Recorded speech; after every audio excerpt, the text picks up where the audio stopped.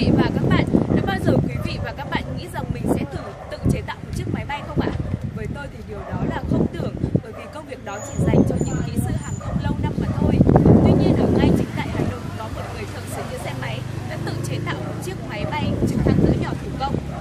Và sau đây xin mời quý vị và các bạn hãy cùng tôi tìm hiểu về chiếc máy bay này nhé. Chiếc máy bay đặc biệt này do anh Nguyễn Văn Thắng, một thợ sửa xe máy ở Giao Quất, Long Biên, Hà Nội chế tạo nên. Đây là trực thăng cỡ nhỏ màu vàng cao 2m6, rộng 1m55, dài 6m8, có trọng lượng 185 kg, với động cơ 38 kV vốn là động cơ ô tô cũ. Vận tốc cất cánh của máy bay là 700 vòng trên phút, sải cánh dài 5m6.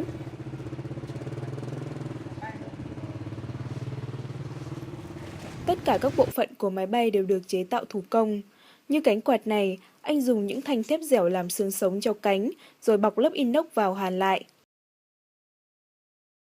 Hay vỏ cabin nhìn đơn giản thế này thôi, nhưng cũng ngốn khá nhiều thời gian của anh khi phải ngồi gò, hàn và đục từng chút một. Cái này là do cái đam mê của anh. Vì cái nghề của anh là nó là nghề cơ khí. Sau khi là đọc thấy mọi người ta làm thì cũng gọi là làm thử để xem nào. Xem mình làm đến đâu thôi. Thì mới đầu là lên phần khung đã đặt cái động cơ này lên, đặt cái đô to này, tính cái trọng tâm của cái đô to này làm sao cho nó khi tính cả phi công là nó cân. Khi quan trọng là khi mình vận hành không để cho nó lắc, tức là cái điều khiển này nó phải dễ. Mà khi cánh rotor chính này nó quay là cái điều khiển ở giữa là nó không được, tức là mình điều khiển nó phải nhẹ nhàng mà theo ý của mình. Thì từ cái động cơ này mình phải tạo cái bộ côn này, cái bộ côn này đây nhá, đây là cái đầu bánh đà này, ra tới đây là nó có một bộ côn văng. Đấy, xong rồi chuyển chẳng hạn như ở cái động cơ này nó chuyên là vận tốc của nó 5.000 vòng phút đấy. Máy bay này nó khoảng 185 cân. Nó khoảng gần 200 triệu. Đầu tiên là khởi động động cơ. Và khi bắt đầu khởi động động cơ nổ là để cho nó ổn định đã, xong bắt đầu kéo ga. Đấy, kéo ga, cái tay đây là tay ga này. Đấy, mình kéo ga và đồng thời nhìn cái đồng hồ đằng trước để nó hiển thị cái vận tốc bay của rotor chính này, cất cánh này. Lái tiến về đằng trước này.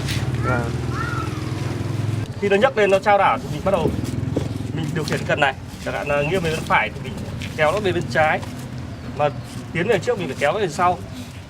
Thế khi nó chao đấy là làm việc là ví dụ chẳng hạn như cái rotor chính này khi nó quay mà khi nó quay trong một cái chu kỳ nó được kiểm soát qua cái cần này. Đấy, để nó giữ cân bằng. Và khi quay đầu thì là đạp, chẳng hạn muốn quay đầu bên kia thì đạp chân bên này. Đấy, muốn quay đầu bên này thì đạp chân bên kia là cái pedal này. Đấy, nó ra đằng sau. Anh Thắng phải mất 2-3 tháng để hoàn thành chiếc máy bay này với một số tiền không nhỏ. Vất vả là thế, kỳ công là thế, nhưng anh chưa bao giờ nghĩ đến chuyện từ bỏ. Cần này rồi. Anh đã thử nghiệm 2 lần. Lần đầu tiên thì là anh chỉ cho nó quay để kiểm tra cân bằng độ của cái rotor chính này, hai cái quạt này, tức là quay đủ tốc độ tua mà nó không bị lắc đấy, tức là cân bằng độ tốt. Mà lần thứ hai là anh thử nghiệm là nó đã nhấc được, đã thắng được trọng lực. Mặc dù máy bay có cấu trúc đơn giản, nhưng nó không chỉ cất cánh khỏi mặt đất mà còn chở được một phi công. Với một thợ sửa xe máy có đam mê hàng không như anh Thắng, đó là một thành công ngoài sức mong đợi.